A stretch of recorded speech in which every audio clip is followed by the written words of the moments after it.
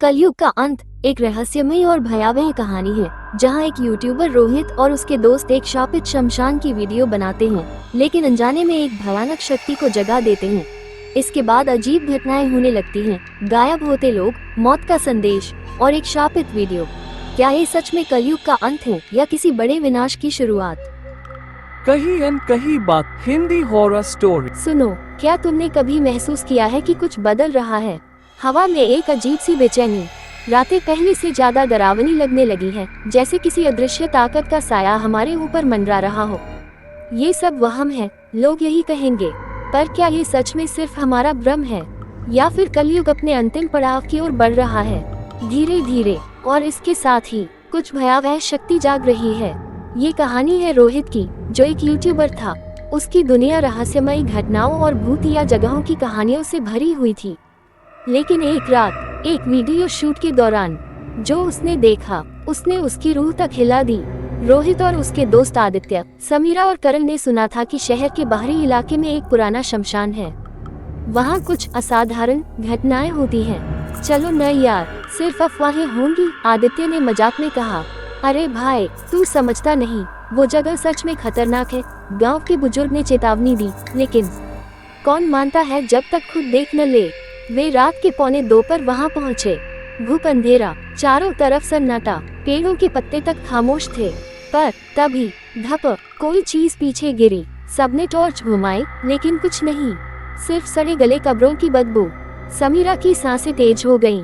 मुझे अच्छा नहीं लग रहा, चलो वापस चलते हैं। लेकिन रोहित, उसे तो वीडियो बनानी थी, और फिर उसने कुछ ऐसा रिकॉर्ड कर लिया जिसे देखकर उसकी जान निकल गई। कैमरे में दिखा एक भयानक परछाई, जिसकी आंखें जलती हुई राख जैसी चमक रही थीं। तुम्हारा समय आ गया है, एक गहरी डरावनी आवाज गूंजी, और अगले ही पल कैमरा बंद। भाई, ये क्या था? करण की आवाज कांप रही थी। लेकिन रोहित, उसे तो बस फुटेज चाहिए थी। सुबह होते ही उसने लैपटॉप निकाला और वीडियो चेक की। फुटेज धुंधली थी, लेकिन उसमें कुछ था, एक आकृति, एक विकृत चेहरा। और तभी टक टक टक, दरवाजे पर किसी ने दस्तक दी। रोहित घबरा गया, इतनी सुबह कौन आ सकता है? लेकिन जब उसने दरवाजा खोला, कोई नहीं था। पर तभी एक सड़ा गला हाथ उसकी गर्दन पकड़ने को लपका। है, वो पीछे गिर पड़ा, पर वहाँ कुछ नहीं था। इसके बाद अजीब चीजें होने लगी। रोहित जहाँ भी जाता, परछाइयाँ उसका पीछा करती। रात को फुसफुसाहटें सुनाई देती। कलयुग का अंत आ रहा है, ये शब्द हर जगह गूंजने लगे। उसे लगा शायद वो पागल हो रहा है। लेकिन फिर उसे एक साधु मिले, जिन्होंने कहा, बेटा, तुमने जो रिकॉर्ड किया है वो सिर्फ एक आत्मा नहीं, खुद यमराज के दूत का संकेत है। तुम्हें बचने का एक ही तरीका है, वो फुटेज नष्ट कर दो। पर क्या रोहित ऐसा कर पाया? उस रात 3 बजे रोहित अपने कमरे में बैठा था। स्क्रीन पर वो आखिरी फुटेज चल रही थी, और फिर स्क्रीन पर वही जलती आंखों वाली परछाई आई। अब तुम्हारा समय पूरा हुआ। कमरे की लाइटें झपकने लगी, हवा में अजीब सी गर्मी बढ़ने लगी। रोहित का शरीर अकड़ने लगा। है, एक खौफनाक चीख के साथ स्क्रीन ब्लैक हो गई। अगली सुबह रोहित गायब था, सिर्फ उसका लैपटॉप जला हुआ मिला, और उस पर एक अजीब सा चिन्ह बना था। कलयुग समाप्त हो रहा है, और इसके साथ ही कुछ भयानक आरंभ होने वाला है। क्या ये सिर्फ एक कहानी थी, या फिर सच में कलयुग के अंतिम संकेत हमारे सामने आ चुके हैं? तुम्हें क्या लगता है? रोहित के गायब होने के बाद उसकी गुमशुदगी की रिपोर्ट दर्ज करवाई गई, लेकिन पुलिस के पास कोई जवाब नहीं था। समीरा, आदित्य और करण बुरी तरह डर चुके थे। भाई, कुछ तो बहुत गलत हुआ है, करण कांपती आवाज में बोला। लेकिन सबसे अजीब बात, रोहित के YouTube चैनल पर एक नई वीडियो अपलोड हुई। रात के ठीक 3 बजे रोहित के चैनल पर एक वीडियो अपलोड हुई। वीडियो का टाइटल था, मैं वापस आऊंगा। आदित्य ने कांपते हाथों से प्ले बटन दबाया, और जो उन्होंने देखा, उनकी रूह कांप उठी। वीडियो में सिर्फ अंधेरा था, लेकिन बैकग्राउंड में कोई हंस रहा था, एक भयानक गूंजती हुई हंसी। और फिर स्क्रीन पर रोहित का चेहरा आया, लेकिन वो पहले जैसा नहीं था।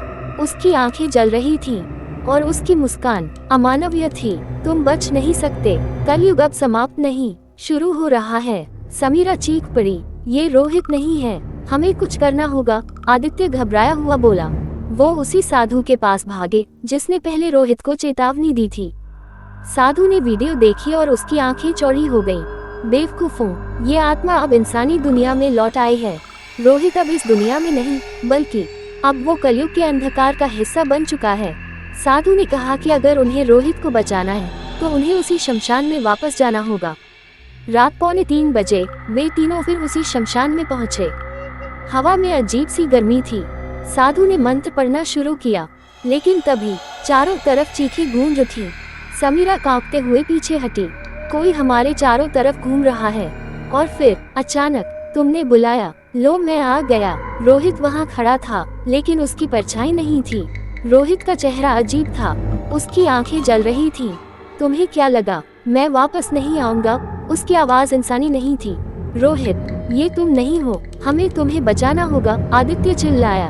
पर रोहित हंसने लगा। बचाने का समय गया दोस्त, कलयुग अब शुरू हो चुका है और मैं इसका पहला संदेशवाहक हूँ। साधु ने मंत्र पढ़ते हुए पवित्र भभूत रोहित की तरफ फेंकी। आहे, भयानक चीख गूंज उठी। रोहित का शरीर तड़पने लगा, परछाइयां चारों तरफ चक्कर काटने लगी और फिर सब कुछ अचानक शांत हो गया। सूरज की पहली किरण के साथ सब कुछ सामान्य लगने लगा। शायद हम जीत गए, समीरा ने धीरे से कहा। लेकिन कुछ दिनों बाद करण के फोन पर एक मैसेज आया, अनजान नंबर से, तुम जीत नहीं पाए। ये तो सिर्फ शुरुआत थी। और मैसेज भेजने वाले का नाम था रोहित। करण ने कांपते हाथों से फोन गिरा दिया। नहीं, ये नहीं हो सकता। समीरा ने फोन उठाया। स्क्रीन पर सिर्फ 2 शब्द चमक रहे थे, मैं लौट आया। आदित्य बोला, ये पक्का कोई मजाक है, रोहित मर चुका है। लेकिन तभी कमरे की लाइट झपकने लगी, पंखा तेजी से घूमने लगा। टक टक टक, दरवाजे पर किसी ने दस्तक दी। समीरा ने कांपते हुए दरवाजा खोला, पर बाहर कोई नहीं था। लेकिन नीचे एक काला लिफाफा पड़ा था।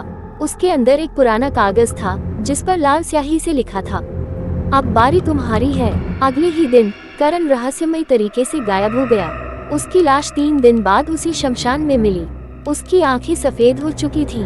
आदित्य घबराकर समीरा के पास भागा, हमें कुछ करना होगा, ये सब फिर से शुरू हो रहा है। समीरा की आंखों में डर था, पर किससे मदद मांगे? वो साधु भी अब नहीं रहा। साधु के आश्रम जाने पर उन्हें पता चला कि उसकी भी रहस्यमय मौत हो चुकी थी। लेकिन वहाँ उन्हें एक प्राचीन ग्रंथ मिला। उसमें लिखा था, जिसने कलयुग की शक्ति को छू लिया वो कभी मुक्त नहीं हो सकता, पर अगर वो खुद अपनी आत्मा का बलिदान दे दे तो शाप मिट सकता है। आदित्य और समीरा एक दूसरे को देखने लगे। क्या इसका मतलब? हाँ, किसी को अपनी जान देनी होगी। रात 3 बजे वे दोनों उसी शमशान में पहुंचे। आदित्य ने समीरा की तरफ देखा, तुम जाओ,